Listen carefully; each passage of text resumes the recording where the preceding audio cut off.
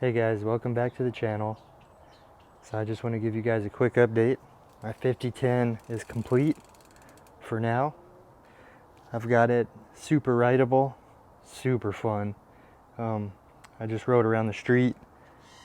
The bad weather just went away, so I got out in the neighborhood on the roads, and yeah, I can tell you it's definitely fast, and I will say right now it's still playful, even though I haven't got in the mountains yet.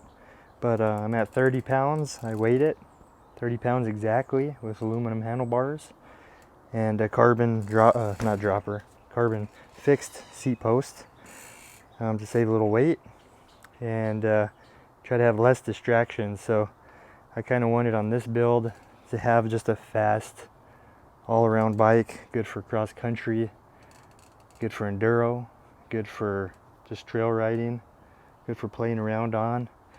And yeah, it's really smooth, really fast, hitting curbs and bumpy sidewalks, rough streets, speed bumps.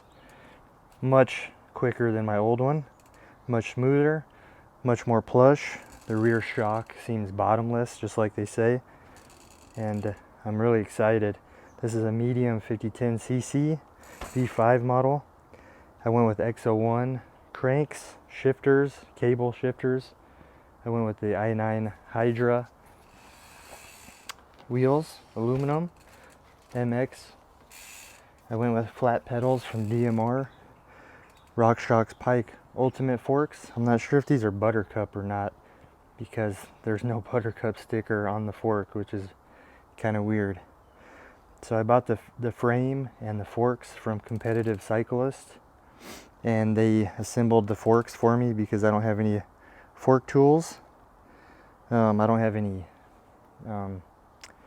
fork steer tube cutters, anything like that. So yeah, I went with the ODI grips. I went with the Race Face Turbine 32mm stem. I went with a Continental Crip Total front tire. Max is DHR2 in the rear. 2.4 front and back. Might go a little bit bigger next time. Magura MT5 brakes with 180mm rotors. I went with the black calipers. I think they look really good. Try to keep this bike all black. Aluminum race face handlebars, 790 width, which I think is better than 800 that I've been using for years. So I might stay with 790 or go lower, maybe down to 760, because I'm tired of hitting branches with my hands. I went with the X01 cranks in 165mm.